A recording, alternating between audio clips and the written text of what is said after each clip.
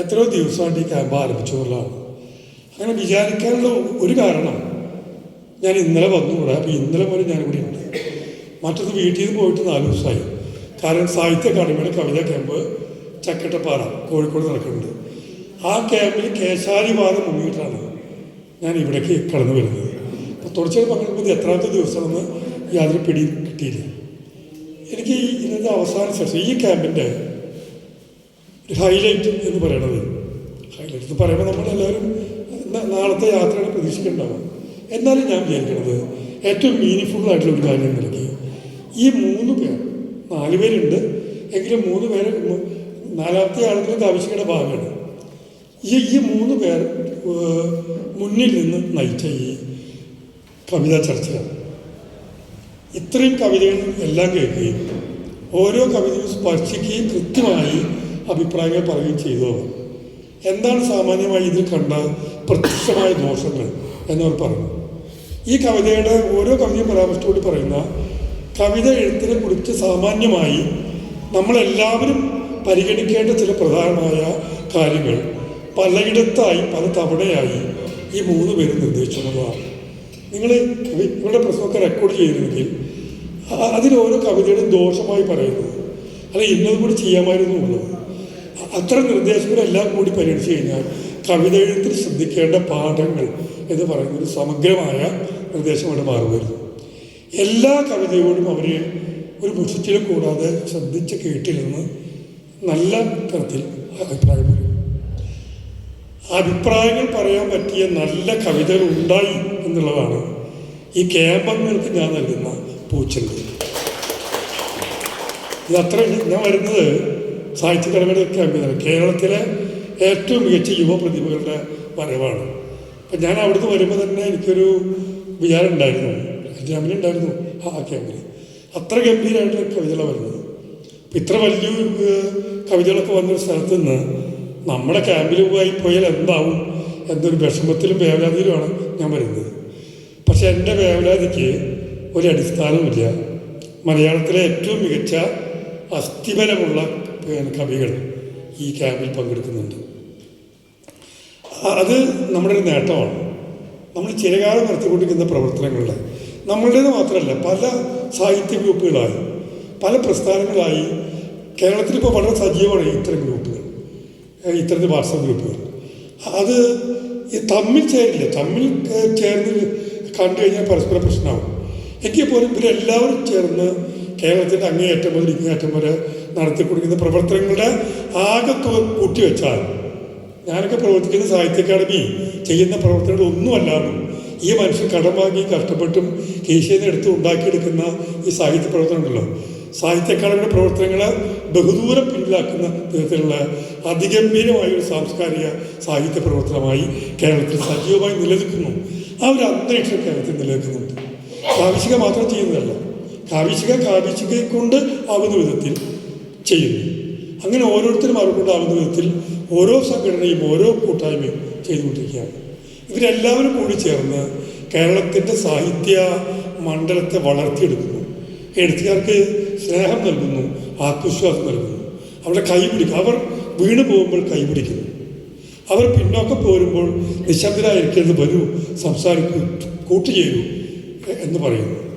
ഈ ഒരു സംഘജീവിതം, ഈ ഒരു പല കൂട്ടങ്ങളായിട്ട് കേരളത്തിലെമ്പാടും നിൽക്കുന്ന ഈ സംഘജീവിതം ഭാവിയിലെ സാഹിത്യ കേരളത്തിലുള്ള, ഭാവിയിലെ കേരളത്തിൻ്റെ സാഹിത്യ മുന്നേറ്റത്തിനുള്ള ഏറ്റവും വലിയ ഉറപ്പാണ്, വാഗ്ദാനമാണ് എന്ന് ഞാൻ വിചാരിക്കുന്നു. അതിൻ്റെ ഭാഗമായിട്ടാണ് ഒരു ചെറിയ പ്രവർത്തനം എന്ന നിലയ്ക്ക് നമ്മൾ കാണാത്ത ചില കാര്യങ്ങൾ കാണിക്കുകയും നമ്മൾ ചിന്തിക്കാത്ത ചില കാര്യങ്ങൾ ചിന്തിക്കുകയും ചെയ്യുന്ന വിധത്തിൽ കാവിശിക പ്രവർത്തിക്കുന്നത്. ഒരു കാര്യം ഞാൻ പറയാം. കാവിശിക എല്ലാ മാസത്തിലും ഒരു ആദ്യത്തെ ബുധനാഴ്ച ഏറ്റവും നല്ല ഒരു പ്രവർത്തനം ചെയ്യുന്നുണ്ട്. 3 പേർ കവിത വായിക്കാൻ വരും. 3 പേരുടെ കവിത മുൻകൂട്ടി പബ്ലിഷ് ചെയ്യും കാവിശികയിൽ. എല്ലാവരും വായിക്കും. എല്ലാവരും വായിച്ചിട്ട് ആ ബുധനാഴ്ച വൈകുന്നേരം 7 മണിക്ക് കൂടി ചെയ്യും. കവികൾ ഈ കവിത എഴുതുന്ന പശ്ചാത്തലം വിശദീകരിക്കും. ഇവിടെയൊക്കെ ചെയ്ത പോലെ തന്നെ പശ്ചാത്തലം വിശദീകരിക്കും, കവിത ചൊല്ലും, ആവർത്തിക്കില്ല, കാരണം ടെക്സ്റ്റ് കയ്യിലുണ്ട്, ചർച്ച നടത്തും. കാവിശികയുടെ ഏറ്റവും നല്ല പരിപാടിയായിട്ട് എല്ലാ മാസവും സ്ഥിരമായി നടത്തിക്കൊണ്ടിരിക്കുന്ന ഇത്തരം പ്രവർത്തനങ്ങളെ പോലെ എഴുത്തിലേക്ക് ആണ്ടിറങ്ങാൻ എഴുത്തുകാരെ പ്രേരിപ്പിക്കുന്ന വിധത്തിലുള്ള വ്യത്യസ്തങ്ങളായ പ്രവർത്തനങ്ങളാണ് കാവ്യശിക ചെയ്തുകൊണ്ടിരിക്കുന്നത്. അങ്ങനെ ചെയ്യുന്ന കാവ്യസന്ധ്യ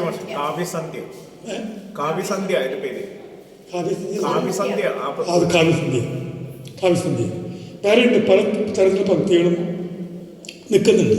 അപ്പോൾ എങ്ങനെ പലതും ചെയ്യുന്നുണ്ട് എന്നുള്ളത് ഇത്തരം ഒരു പ്രവർത്തനം അതായത് തുടങ്ങിയതുപോലെ ആവരുത്, ഇക്കൊല്ലം എഴുതിയതുപോലെ ആവരുത്.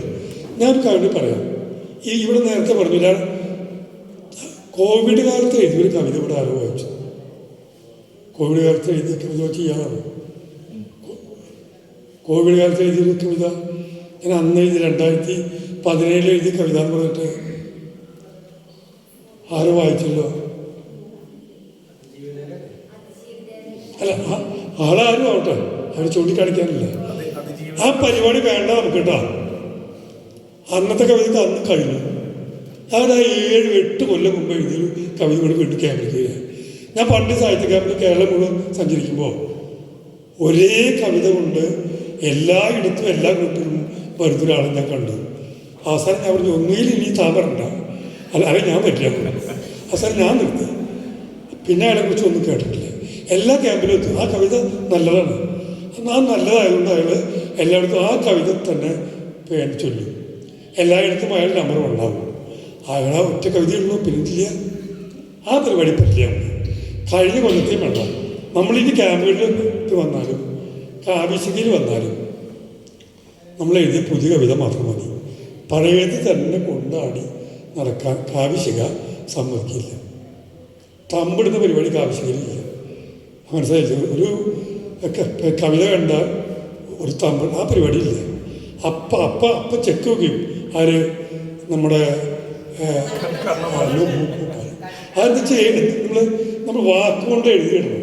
നമ്മുടെ നിലപാട്, നമ്മുടെ അഭിപ്രായം, നമ്മുടെ നിർദ്ദേശം എഴുതിയിടണം. ഇങ്ങനെ മറ്റെവിടെയും ഇല്ലാത്ത ചില ബന്ധനങ്ങൾ കാവ്യശികയിലാണ്. അപ്പം അതൊക്കെ നമ്മളെ കൊണ്ട് എഴുതിക്കാൻ പറയിക്കാനാണ്.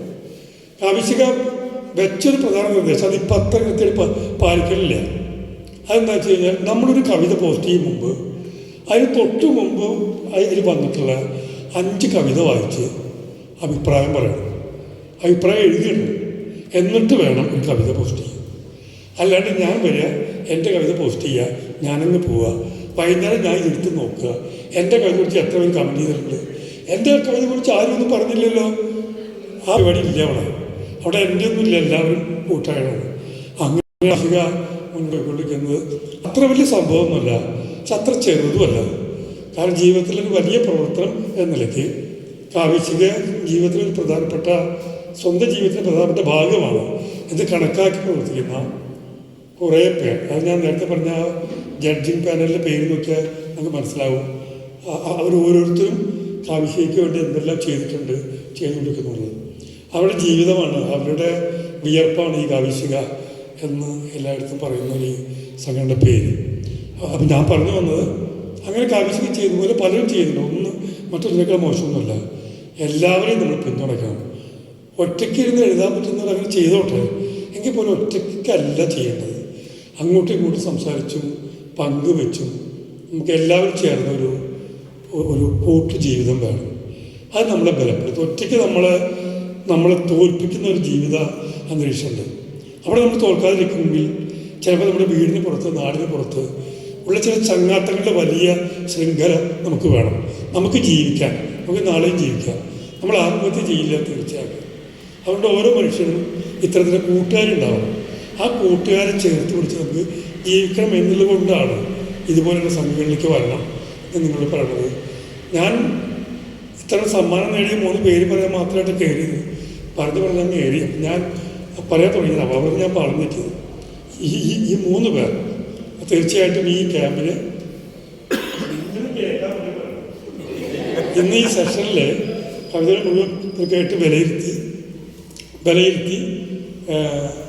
ഈ ക്യാമ്പിലെ അംഗങ്ങൾക്ക് നല്ല വിധത്തിൽ ആത്മവിശ്വാസം നൽകിയ എൻ്റെ സഹോദര കവികൾക്ക് കാവ്യശികയുടെ പേരിൽ ഞാൻ നന്ദി പറയുന്നു. എല്ലാവരും ഭക്ഷണം കഴിച്ച്